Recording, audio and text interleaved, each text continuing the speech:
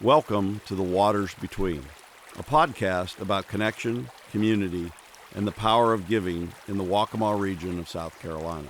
I'm Mike Mancuso, the president and CEO of the Waccamaw Community Foundation, and excited to be your host as we navigate philanthropy in the waters between. The name Waccamaw comes from the Waccamaw Indian people, the original stewards of this land and water. The word is believed to mean both coming and going waters, and between the waters, a reflection of the rivers and the tides that shape not only our geography, but our way of life. At the Waccamaw Community Foundation, we believe philanthropy should flow just like these waters, connecting people and places, bridging needs and resources, and sustaining our communities for generations to come. This podcast flows from that mission. In each episode, we'll dive into the stories of local nonprofits, community leaders, and everyday people who are making a difference through giving, service, and collaboration. Whether you're a donor, a volunteer, or just someone who cares about the place we call home, we invite you to join us as we explore the waters between. Welcome to the Waters Between podcast. I'm Mike Mancuso, the president and CEO of the Waccamaw Community Foundation. And today we're in episode 4, which is we're going to talk about disaster response here in the Waccamaw region. So I'd like to have our guests introduce themselves, and we'll start. Hey, Mike, I'm Lauren Wallace. I'm the Mitigation and Recovery Program Manager for Horry County Emergency Management. Wow, that's a big title. It's a long time. And I'm Brandon Ellis. I'm the Director of Emergency Services for Georgetown County. Yeah. Well, thank you guys for being with us today. These are the fellows that are behind the scenes constantly when we've got a pending, especially weather disaster, but I'm sure other disasters. These guys are active and getting ready to be able to respond. And I have the honor to kind of sit in on some of your phone calls and listen to all of the stuff that you guys are coordinating in the background. So thank you all for what you do. We couldn't survive a lot of things without you, so appreciate it. And also, part of the Waccamaw region is Williamsburg County, and our friend from Williamsburg couldn't be with us today, but he's here in spirit for sure. So where I want to start today is talking about the disaster response for the region, kind of how we fund this thing, and the role that in a term that we'll talk about is VOADs. So voluntary organizations active in disaster that partner with you to make sure we've got feet on the street very early after an event. So can you tell us a little bit about that process and what that looks like? Sure. Well, first and foremost, VOAD organizations are a vital part of the emergency management response effort. So in emergency management, we kind of believe in this whole community approach to preparing for, responding to, recovering from, and mitigating against all hazards. So not just hurricanes, floods, wildfires, everything, the gamut. And we recognize that government can't do it on its own. So it takes that whole community and voluntary organizations who typically meet need on blue sky days.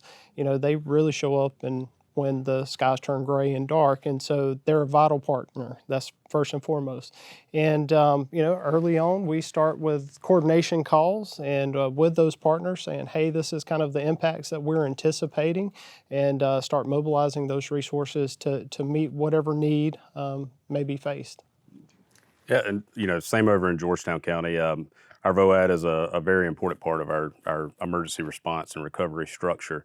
We have a saying that we believe that recovery begins in preparedness, not just in response. So a prepared community is going to be a resilient community. And by bringing our VOAD partners in early, involving them in that process, as Lauren mentioned, through the conference calls and the planning processes leading up to an event when we have a planned event, or not a planned event, but a notice event, it's key to our success when recovery comes around. The whole community approach is tried and true. It is the only way to approach this from a recovery standpoint because we're truly supporting the entire community. So can you give us some examples of past issues that we've had and how the VOADs have responded and partnered in those processes? Yeah, our VOAD has been very active in several of our recent weather-related responses. Most recently, some of the significant support that they provided was after what we've coined the Christmas cane in 2024. 2023. We had a little flood event in December of 2023, and resulted in some very very pinpointed impacts in the city of Georgetown. And we had some unmet needs, came nowhere near meeting any sort of criteria to qualify for any federal assistance. But our voluntary organizations, as soon as they were activated, they hit the ground running and started providing support and meeting unmet needs of the community that was impacted, as well as several of our recent tropical cyclone events, Tropical Storm Debbie, Hurricane Idalia, or Tropical Storm Idalia, Hurricane Ian, all of our recent tropical events, they've also provided that support.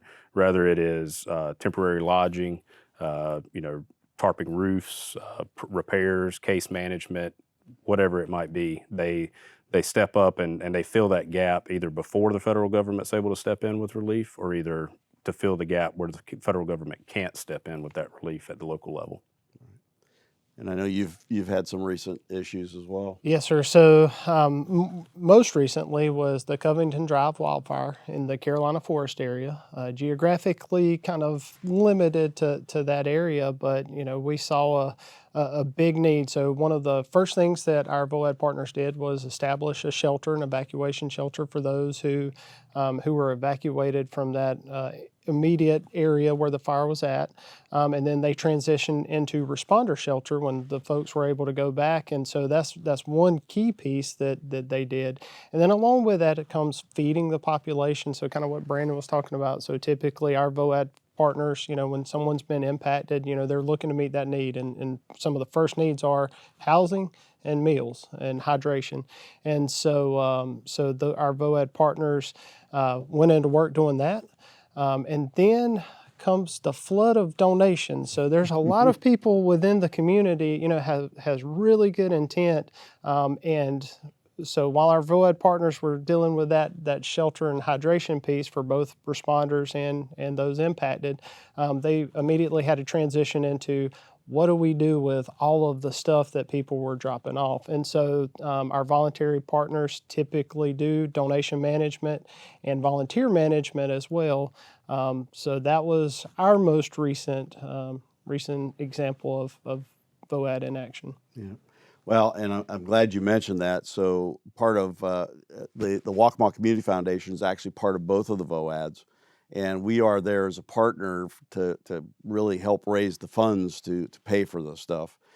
So we do hold a disaster recovery fund at the Waccamaw Community Foundation. Now it is activated when we are at a federal emergency response level, but it gives the whole region a place to be able to get those donations in quickly, and for us to get them out quickly to those organizations. And you talk to me a little bit more about the stuff that shows up versus monetary, and kind of the difference for even you guys on the ground. So every disaster is a little differently, and so you see kind of different stuff in each disaster, but typically we know that we're going to see an influx in donated clothing, food. With the Carolina Forest or Covington Drive wildfire, it was a lot of food. A lot of food was being brought, and unfortunately, anytime there's an emergency situation or disaster, we're working to coordinate a unified effort, and so when people just start bringing things in, that sometimes complicates that effort and unfortunately leads to those good things not ending up where they really need to end up. So a lot of times if we have an influx in food, for example, that is perishable, it's not going to be used for its intended purpose. But we've seen everything from tractor trailer loads of clothes that may or may not be well used, that is not able to go to folks, and ultimately our VOAD partners have to deal with that somehow, and it becomes a logistical nightmare for them. Yeah, and in a lot of cases, that logistical nightmare is a big challenge, and it's kind of the disaster within the disaster itself. In many cases, in Georgetown County, one of our biggest challenges is warehousing space. We don't have adequate warehousing space throughout the county. It's just it's a big gap. We also, with that comes the resources to do warehousing. So if we're receiving all this stuff, especially unsolicited stuff, it creates a problem, and it takes away from the intent of the actual disaster response and that recovery mission. So that's why, monetary donations are obviously the easiest and best way to manage resources following a disaster, because then we can put the actual resources that those individuals who were impacted, those survivors of that disaster need, we can put those resources in their hands so that they can be successful. Well, and I think most folks listening today need to understand that it sounds like most of the stuff that's donated never gets to the hands of anybody in most cases. I know just in the recent flooding in North and South Carolina, I've talked to a number of the organizations that have worked that, and most of the donation stuff went, unfortunately, into landfills because it just never got there's no logistics in place to be able to get it to the victims that would need it, whereas monetary gets right to the organization. They can order it and put it right in the hands of the victims. That's right. Yeah. And, and it's not for lack of trying on our voluntary partners' part. I mean, they do their best to get, whatever those donated items to the individuals who've been affected. But the reality is the impacts and the needs are very specific a lot of times. There's some generalities, but for the most part, that clothing item might not necessarily meet the real need that exists. And so that's just one of those things to consider. Right. Well, and also I think one of the other stories that came out of the fire was the amount of food that was donated. And talking to the Red Cross, most of that stuff, when it's received, if it's not out for consumption within 4 hours, it has to be thrown away for safety perspectives. And in most cases, that stuff got thrown away. So again, I think the important message today is if you want to be part of this, even a very small donation goes an awful long way, because we can kind of pinpoint and get what's needed to where it needs to be fairly quickly. That's right. Yeah. So let's talk a little bit more about just what are the urgent needs during these events. Whether it's a hurricane or a flood or whatnot, what's that 4 or 5 things that you guys need to accomplish, and where can the donor, through funding, help you guys? Well, I think, obviously sheltering is a big deal. As we go from, evacuation sheltering or emergency sheltering, we're going to have folks that they're not going to have a home to go back to, or that may be a delayed process to get back in their home. So that transitional sheltering and some sort of longer term non-congregate sheltering is going to be a need. And a lot of times we facilitate that through our VOAD partners because they have the capability to do that through the monetary donations that come their way. I think that's one of the biggest gaps that we see in these major disasters and major events. Another one is going to be the feeding and sustainability piece. Obviously, that's a big hurdle. We have our VOAD in Georgetown has come up with some rather unique ways of doing that through community feeding, utilizing food trucks and different things in our community. But then again, it ties back to we have to provide them with the food and the resources to be able to serve our community, and that's just another way that those monetary donations can come into play. Well, and I'll use an example from just a few years ago during COVID. When I first got on the scene, I kind of was learning this process, and I asked, so what do these groups do? And one of the fellows said, we go out and we tarp roofs. I says, so that the homes aren't lost. I think people understand there's damage, there's a little bit of water, but we can tarp them pretty quick and let the damage stop. And my next question was, where do you get the tarps? And they said, well, we normally go to Lowe's or Home Depot, and well, it was COVID, and if you went to the shelves, they were empty. So we leveraged some of the funding that we have at Waccamaw, and we went out and bought pallets, about 80,000 square foot of tarping, which are stored with habitats in both counties, so they can be deployed to the VOADs when needed. We did that with simple equipment like muck-out suits. So a lot of our VOADs will go out and help clean mud and debris out of homes that have been flooded, and they need that protective gear. So we've done that as well. So those are some of the monetary things that we can get exactly what you need in place.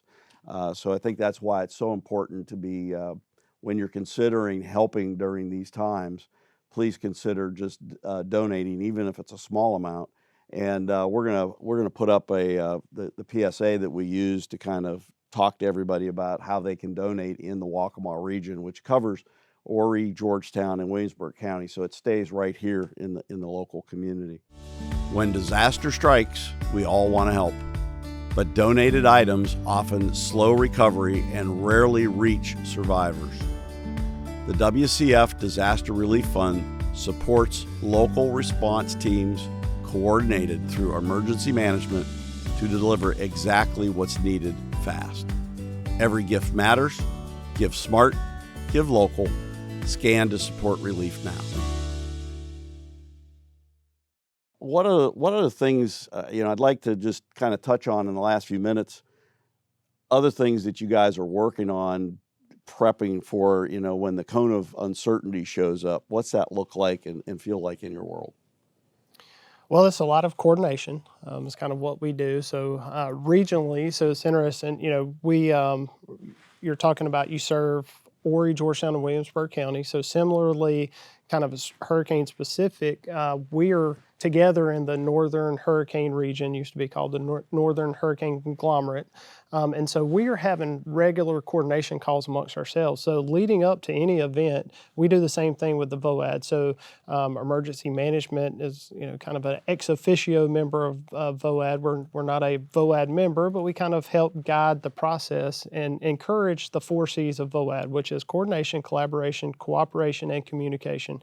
It's really what VOAD's all about, and it's what emergency management's all about. We're making sure that we're taking the time to see, hey, what is coming, what are going to be our impacts, and we start coordinating around, meeting whatever need is going to exist within that situation. And so really and truly, a lot of our time leading up to that is really practicing the 4 C's. Yeah. Yeah, I mean, that's from our preparedness initiatives to our response initiatives, even down to our recovery initiatives.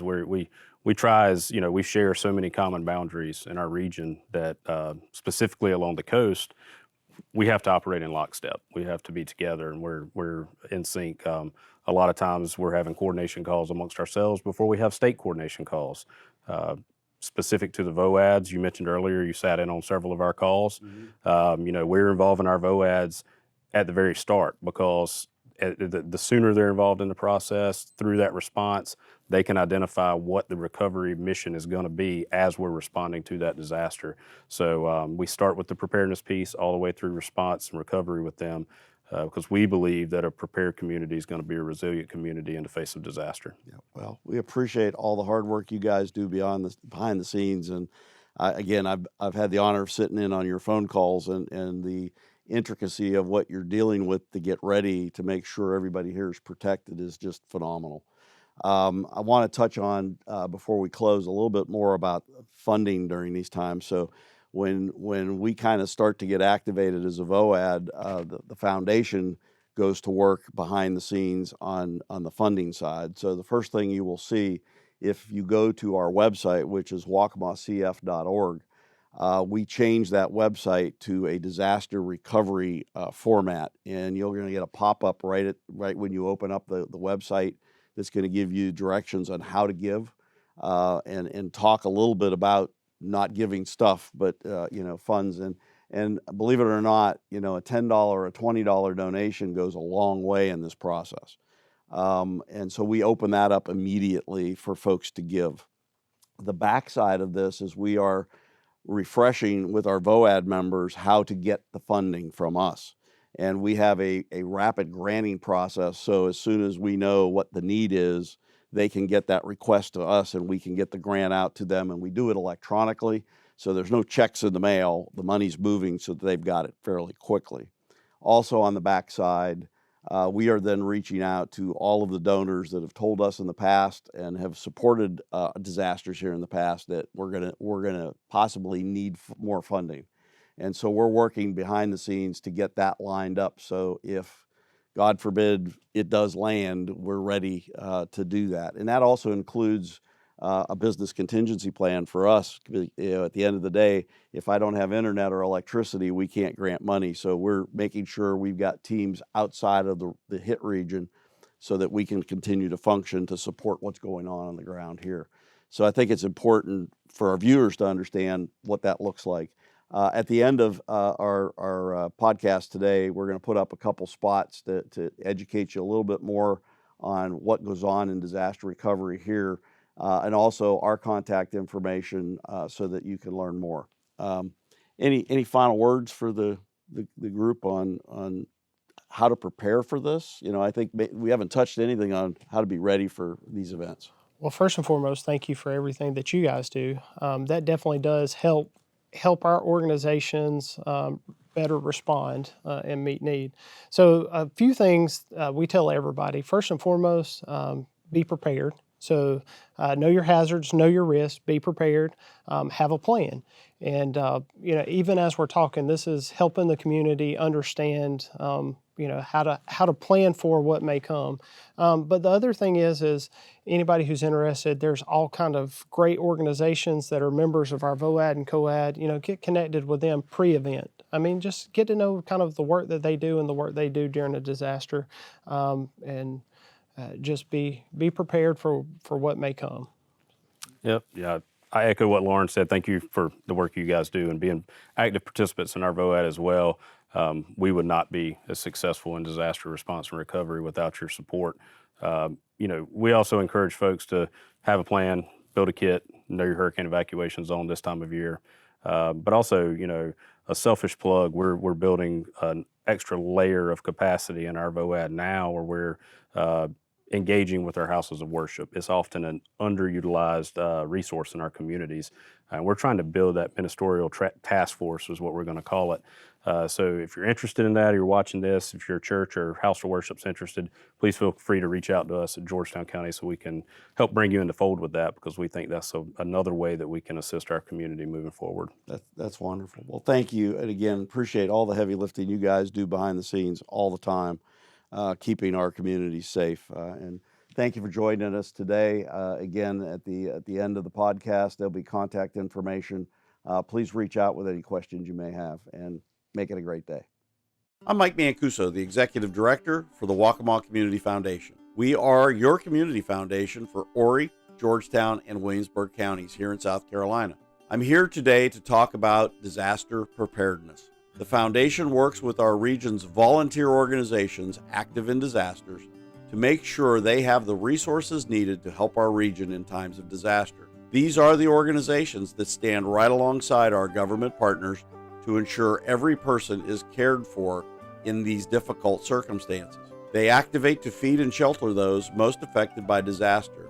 Then they stay long after the other help has left to ensure recovery. The foundation's role is to help secure funds to support these relief and recovery efforts and ensure our responding organizations have the support needed to get the job done. I'm a firm believer that hope is not a strategy. We need to be prepared for the next event.